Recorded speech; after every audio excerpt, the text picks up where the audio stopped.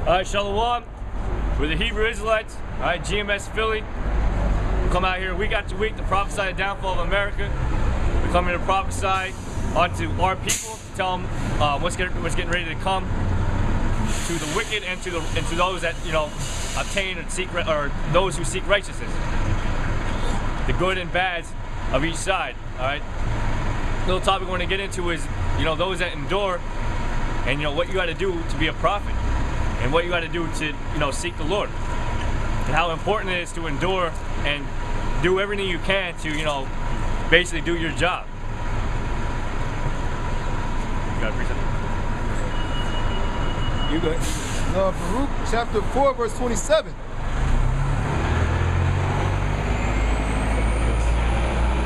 Baruch chapter 4 verse 27. I saw that verse 24. Like as now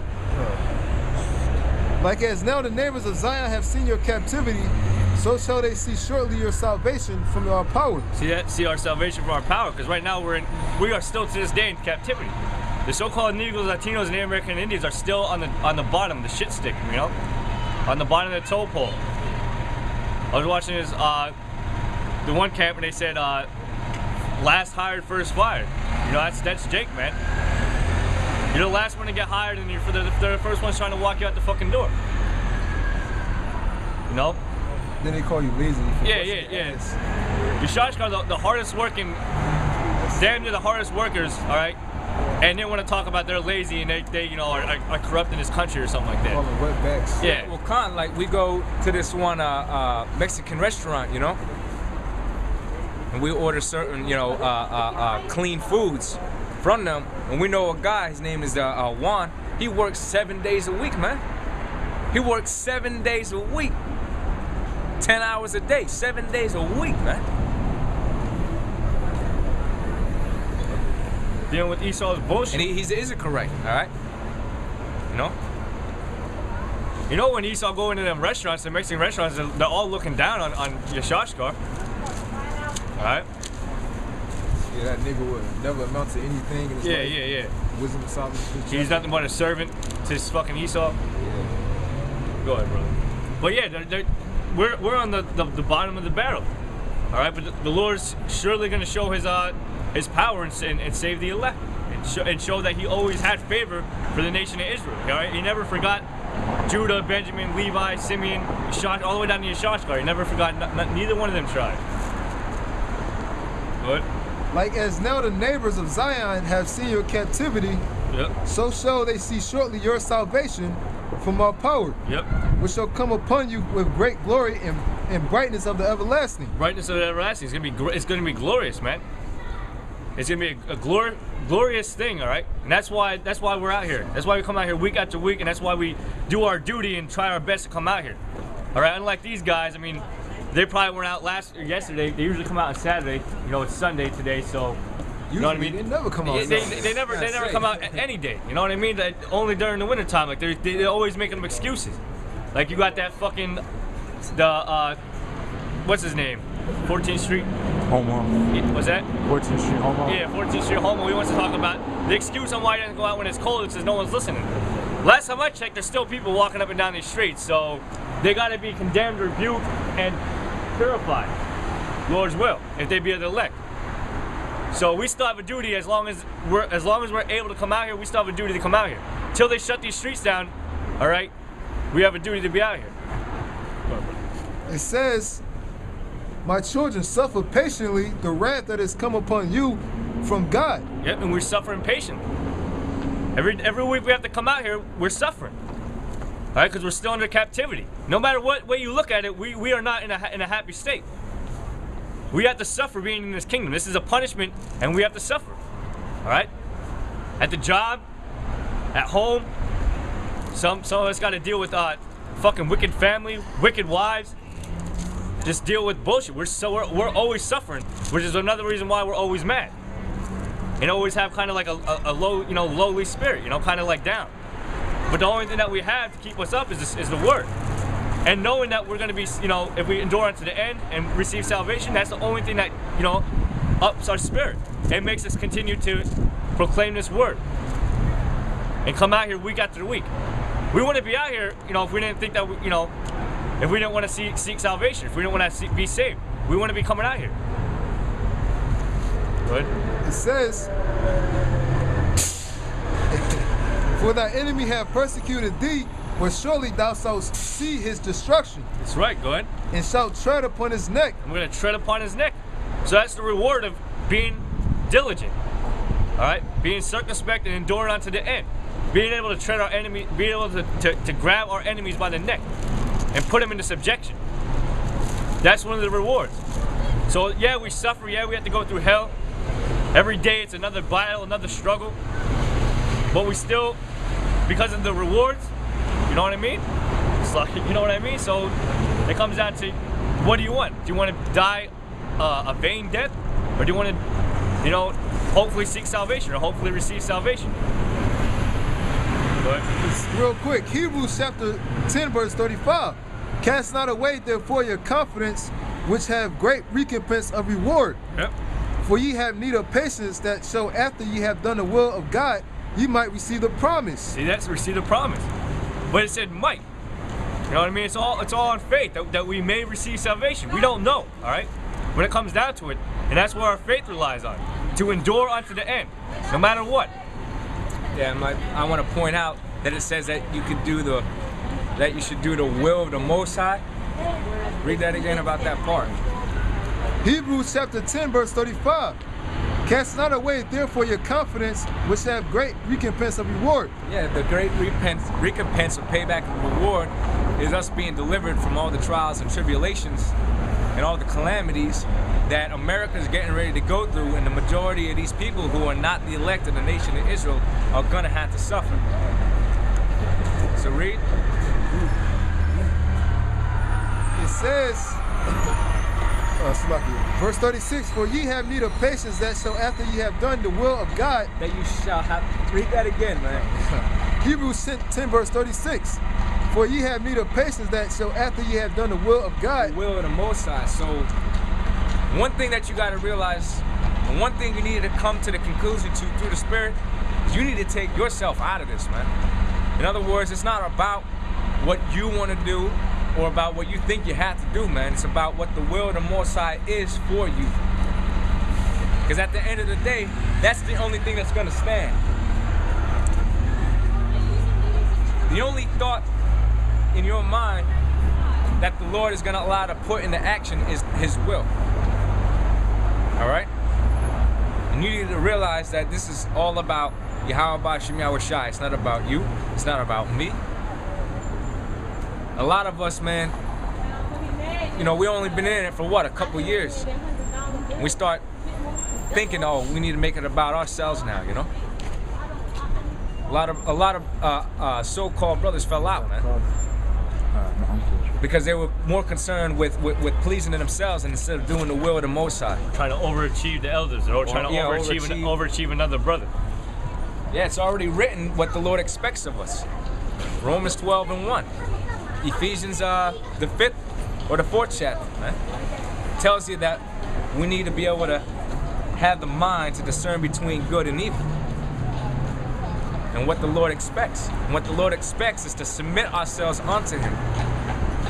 And that requires you to come out on the highways and byways, man. Stop making up excuses for why you can't come out.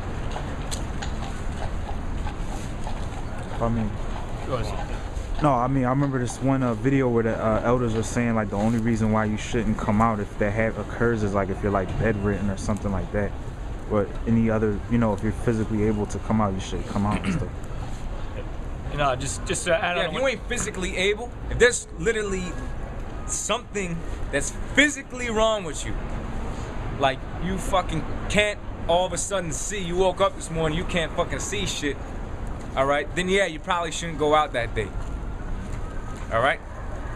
And there's certain incidences in the scriptures that will tell you that certain men were kicked out the congregation. All right? But then there were certain examples where once they were healed, say like of leprosy, right? Once they were healed of leprosy, okay, then they were able to come. Oh, it's like I need this. No, it's all right. Oh, okay. There were certain, basically my point is, there were certain incidences why you wouldn't be allowed in the congregation. And then once that particular situation was taken care of and you made the proper sacrifice and the Levites did it for you, since they were the priests at the time, then you were allowed back into the congregation. So there's certain examples of why you weren't allowed to permit it into the congregation. But because you say you're sick or you're cold, or you got a cold, or it's too fucking cold outside, or whatever, that's a bullshit reason. Your heart, your mind should be on fire for coming out on a Saturday or a Sunday or whatever day you camp has set up the day to come out. You should be on fire for that day, especially that day, man. That's the one day that we can completely dedicate to Yahweh Shem Yahweh Shai in being in the spirit and teaching all that we learned throughout the week and so on and so forth. Practice what we've been learning. Because ultimately, at the end of the day, we are teachers. The Most High has raised up us to be teachers. And if we're at home making up excuses, we're not doing what's required of us.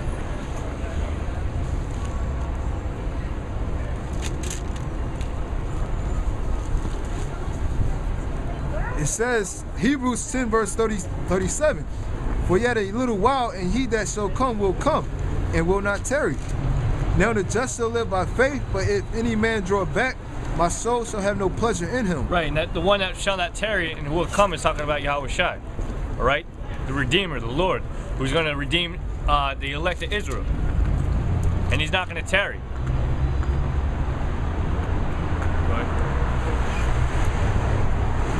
It says, but we are not of, verse 39, but we are not of them who draw back unto perdition, but of them that believe. Yep, we don't draw back. We're of them that believe. And that's why we're enduring. You know, that's why we come out here week after week, because we believe. Right? Go ahead. It says, but of them that believe to the saving of the soul. Saving of the soul. Go ahead. This is Baruch chapter 4 verse 26. My delicate ones have gone rough. Let me read this for an example. This is Acts chapter 14 verse I started at 18. And with these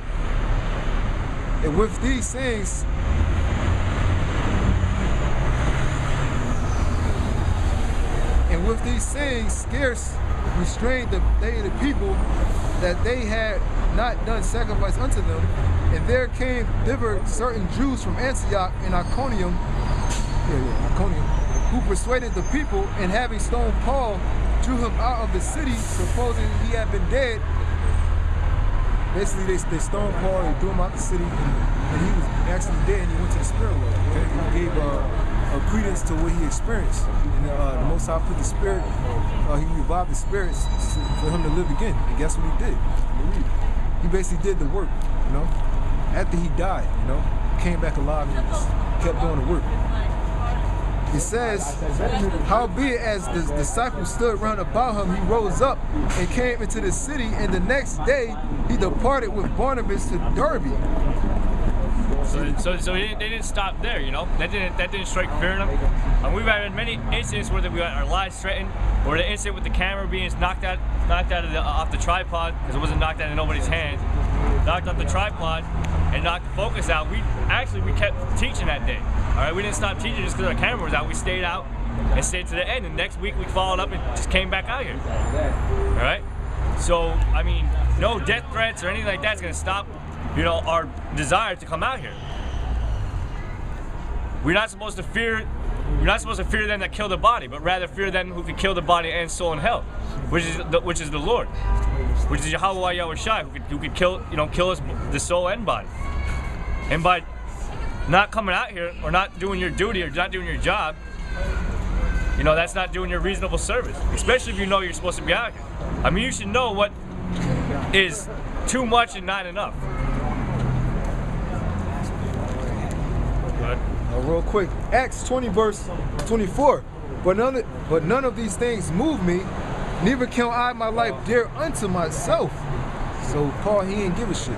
Okay? So that I might finish my course with joy. So he's about finish the work of Yahweh Shemel Shah until his death. Okay? And even in the spirit world, we're still crying unto the Most High. Okay? It tells you that in the book of Revelations. It says, in the ministry which I have received of the Lord Yahweh Shah to testify the gospel of grace of the Most High. Yeah, all the disciples and the Paul, you know, they might have died, but they died a noble death. Another word I was looking for, but that's basically it. You know, they didn't taste of the salvation yet. That during that time period that they were living in, but they still stayed onto the end. You know what I mean? So that's the same spirit we're coming in. If it don't last by the time, you know, our life, we're still, Lord willing, endure unto the end. You know, if we have to die a noble death, then that's what we're gonna do for the Akim, for Yahweh Shai. Any way to keep this word pushed through, you know, we'll take death if we have to. It's back in Acts chapter 14, verse 21. And when they had preached the gospel to that city and had taught many, they returned again to Lystria and Iconium, so they ain't go back in the damn house, you know. They ain't play pool, you know. They ain't play fucking video games in the damn house while they supposed to be doing the work. You know, they ain't bullshit around. You know? They weren't watching, you know, certain fights. The American Idol and shit. The Gladiator or whatever the fuck was going on back then. You know what I mean? They weren't. They still went out and did the work. Right? And to Iconium and Antioch, confirming the souls of the disciples and exhorting them to continue in the faith, and that we must through much tribulation into the kingdom of God. Yep, much tribulation. So, you know, when you come out here when it's cold or in the dead heat, you are going to go through tribulation. You got to deal with these wicked people, these fucking damn niggas and spicks. It's Esau and his bullshit. You know, you got to deal with it. You got to deal with much tribulation. But that's something you got to go through. All right? No matter what. There should be nothing holding you back. There should be no excuse. Unless it's a serious, you know, and you should know whether, you know, you're making up an excuse or if you have a serious problem. Speaking from experience, I woke up the one day and I had like an eye infection. I literally couldn't fucking see out my right eye. Or the left eye, I actually don't remember what it was, but it was like all red and it was sensitive to light. I couldn't come out to camp. Basically would have put us in jeopardy. Say someone came up to the camp, I can't hold post. I can barely read. So I mean, if you can't perform 100% for the camp's sake, then you know you should let the camp leader know and try to be relieved. But I mean, there should be no really excuse if you have a cold or if you kind of just don't feel like coming out. So you're gonna make up some excuse. Or you don't feel like coming out on a Sunday or something like that because that's the day we decided to come out this week. So because you don't feel like coming out, you don't want to come out, so you make an excuse of. Or whatever the case may be, you know, this is going out to whoever it may apply. So we got this sign right here. Yep. Yeah. Well, didn't Paul say that he was in deaths often? All right. Through trial and tribulation, he wasn't put in them situations because he was comfortable somewhere, not preaching the word, man. He was staying obedient, diligent. So we can't find his house. He got his dress. What's the word I'm looking for? Consistent. He was consistent, and he was in season and out of season, man. That's the spirit of Paul. That's why he was put in them predicaments, but the Lord delivered him. All right. But the point is the spirit that was on Paul, man.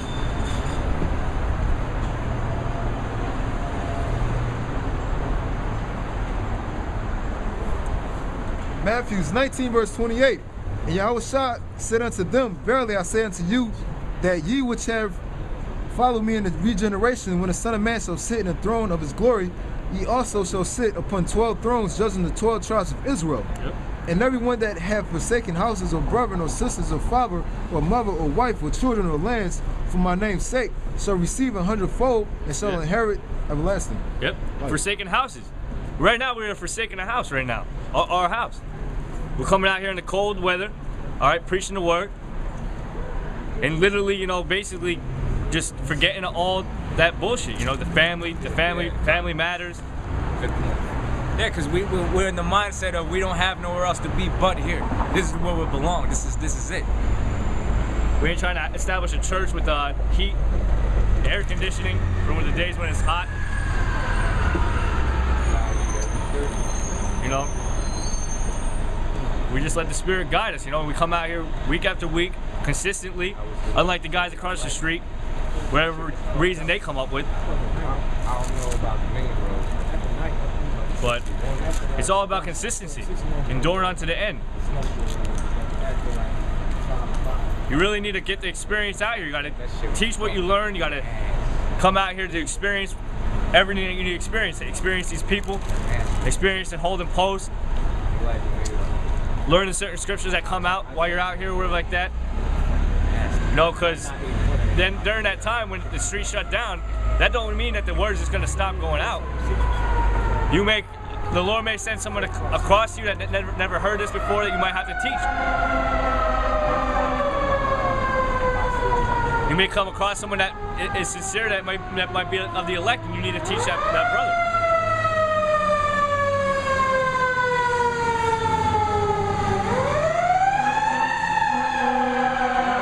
Because no one's sealed yet. No one's sealed, and until the point of when everyone's going to be sealed and the elect, the 1/3 is going to be sealed and redeemed, that ain't going to be to the very time that Yahushua and the angels come to lift the people up in the chariots. So at any point in time, someone could hear the truth, all right, accept it, and be saved. At any time. It could be now, it could be right when the Lord's about ready to come. So we can't just, you know, get what we have now and then, you know what I mean, just forget about it or don't practice it.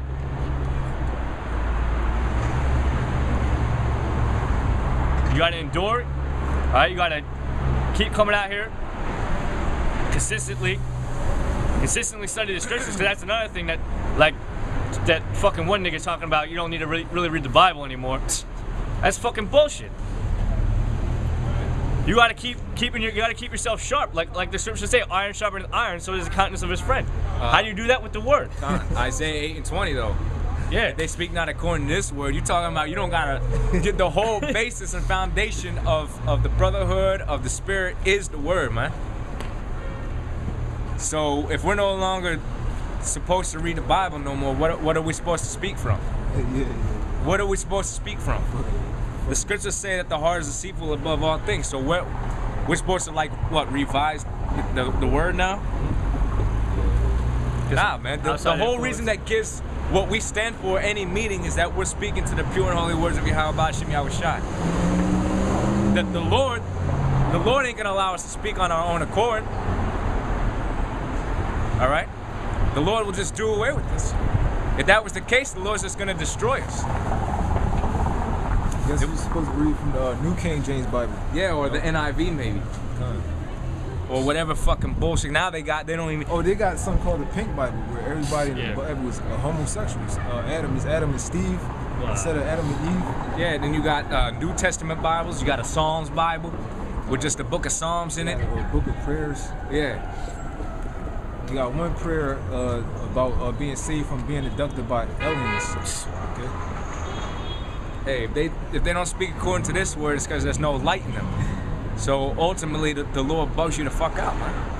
You went back into the gross. If you knew something, and now you're talking about how you don't got to speak according to the words of the Lord no more, because you read from Genesis to Revelation 20-some odd times, and you can recite the whole thing, which we know you're full of shit when you make them claims. And just because you read something doesn't mean you understood it anyway. All right, there ain't no light in you no more. You're in the gross darkness, man. You're part of the 2/3 club. This is Hebrews 13 verse 14. For here have we no continuing city, but we seek one to come. Go ahead. Read it again. This is Hebrews 13 and 14. For here have we no continuing city, but we seek one to come. Go ahead. Suck it. This is Hebrews 13 and verse 14. For here have we no continuing city, but we seek one to come. Yep. Let's seek one to come. That's the kingdom of heaven. We're seeking that. And how do we seek that? By coming out here week after week. Like my point that I was trying to make is, if the elect was already established and the Lord had his elect in his 1/3, this place would be destroyed already. But because it's not, all right, because the elect hasn't been, you know what I mean? Sealed, yeah, basically saved. Like the elect has not been made known yet because the Lord and the angels didn't come yet. Plus the prophecies aren't even fully established.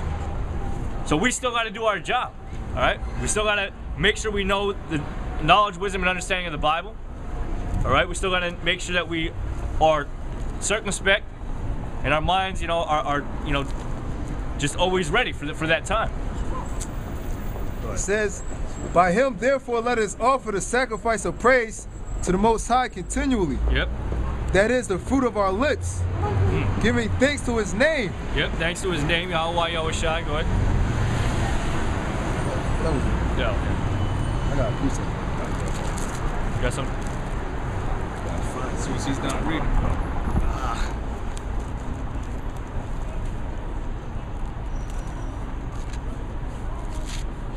Well, I got something. If you didn't find it yet. All right. I just had it and then I just lost it. I got it. You got it? All right.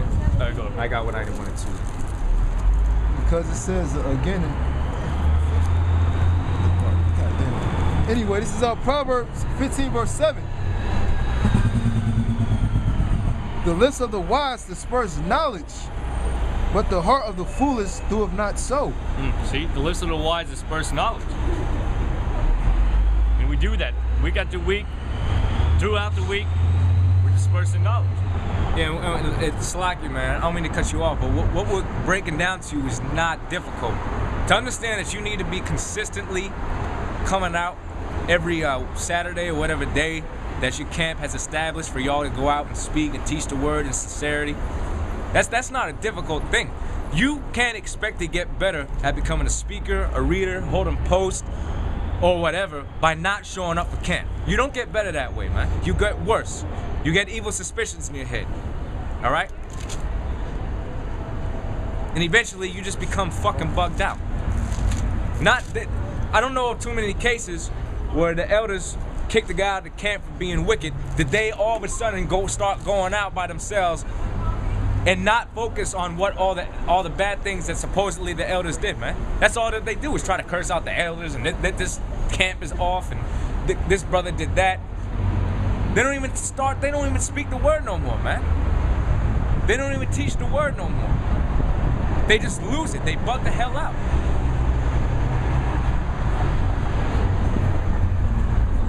I can't even think of anybody who the elders might have kicked out for being wicked, who came out, apologized to the elders, and then just went on their way, man. Continued to do the work.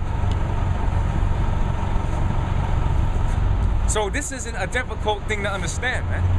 It's not difficult. You got to be consistent, not only in your studies, but coming out here and getting the main experience. This is why you even study, man. There ain't nobody coming to your fucking doorstep to learn about the word, man. If that was so, the Lord would have made a commandment to just stay in the house and to just do studio shows. That's not what the Lord said. He's to go to the highways and hedges and bid to the marriage. Okay? The marriage is getting you to be joined onto the truth again, man. Stirring up your pure minds by way of remembrance. Got a precept. If you got something real quick though, that's fine. 1 Corinthians chapter 1 verse 21. For after that, in the wisdom of God, the world by wisdom knew not God. It pleased God by the foolishness of preaching to save them that believe. The foolishness of preaching to save them that believe. Really, this is foolish, man. And you know what? It really is. It's really foolish that you have a guy that thinks he knows the scriptures, yet he can't grasp the concept that the main place on where you're supposed to teach the word is where the majority of where the people are located. So yeah, this is foolish, man. You can't even grasp that concept. A lot of y'all desire to want to do this thing, but you have one that need to teach you again, man. Because you don't even got a foundation set. You have no foundation.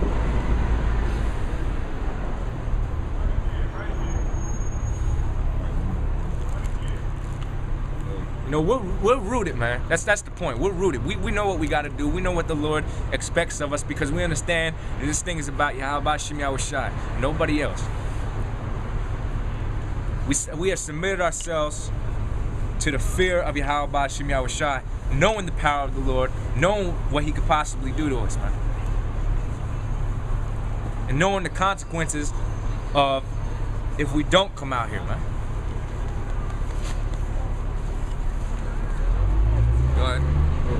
Titus chapter 1 verse 3. But having so that too, in hope of eternal life, which God that cannot lie promised before the world began, but having due times manifested His word through preaching. Yeah, No, manifested His word through preaching. Because people have a problem with us coming out here and preaching. Like they think that they can just read the Bible themselves and that's it, and to get their own understanding. You need to have a preacher. Yeah, Polite's motto is on one of his books, decipher the scriptures for yourself. You niggas say that, but you don't know the meaning of words neither. Yep. And then the Lord set up this book, all right? He set up the book so that men could read from it and teach. People have a problem with this book. People think it's contradicting. It's 66 books in there. It's not just one book. Yeah, when it comes right down to it. But people have a problem with, they thinking there's contradictions in the Bible, which is not. All right, you just have lack understanding. Well, it's just, it was said, I believe in Corinthians, first book of Corinthians, that the spirit of truth wasn't given to the world. The spirit of truth wasn't given to everybody. So the Lord obviously set up certain men to be able to break down these dark sayings. That's another thing. That's a basic thing, to understand that this book is literally written in dark parables, dark sayings. Even the basic things that you could, a man of understanding, of course, would be able to read and break down to you, that you got these simple niggas saying, no, that's not true. Like John 3:16, perfect example. One of the most popular debates, man. And that's not difficult. Understanding that the topic on the Gentiles, that's not difficult. But see, that just goes to show you that this word wasn't built for everybody to understand, let alone break down. Because if that was the case, then everybody would be saved. You wouldn't have an elect. You wouldn't have a remnant. You wouldn't have a few chosen. So, but we know that the scriptures are pure and holy, and there's nothing that could possibly contradict one another. So therefore, the understanding is those whom the Most High wants, man. Whom He deemed His elect. And that's who our message is ultimately for. 2 Timothy 2:10. We endure all things for the sake of the elect, and having the hope that we're part of that. It says, but I have in due times manifested His word through preaching, which is committed unto me according to the commandment of our God, our Savior. Beautiful. Committed through the commandment. It ain't the whole duty of man. It's to fear the Lord and keep the commandment. So no matter what way you want to look at it, you gotta be out here, man. Whether it's fucking 20 below or whatever, man. One more, this is the package. There's no reason to make up an excuse for why you can't come out. It's just simple and plain. If there's something legitimately preventing you from coming out here, like for instance, one time we were trying to come down, it was storming pretty bad, it was all ice, it was sleeting. We did a Dan 360 in the snow and smashed up against a barrier, you know? That was enough to let us know, all right, we still got over an hour and a half to drive, we might as well just reschedule. The weather's gonna be better tomorrow. But that's the difference. We're not making excuses for why we can't come out, man. We acknowledge that it's on the will of Yahweh Shem Yahushai, and we just gained some sense to say, look, tomorrow's a better day for this, because There's no point in putting ourselves in harm's way, getting into an accident, ending up in a hospital, and then not being able to go out and do the job that the Lord commanded us to do.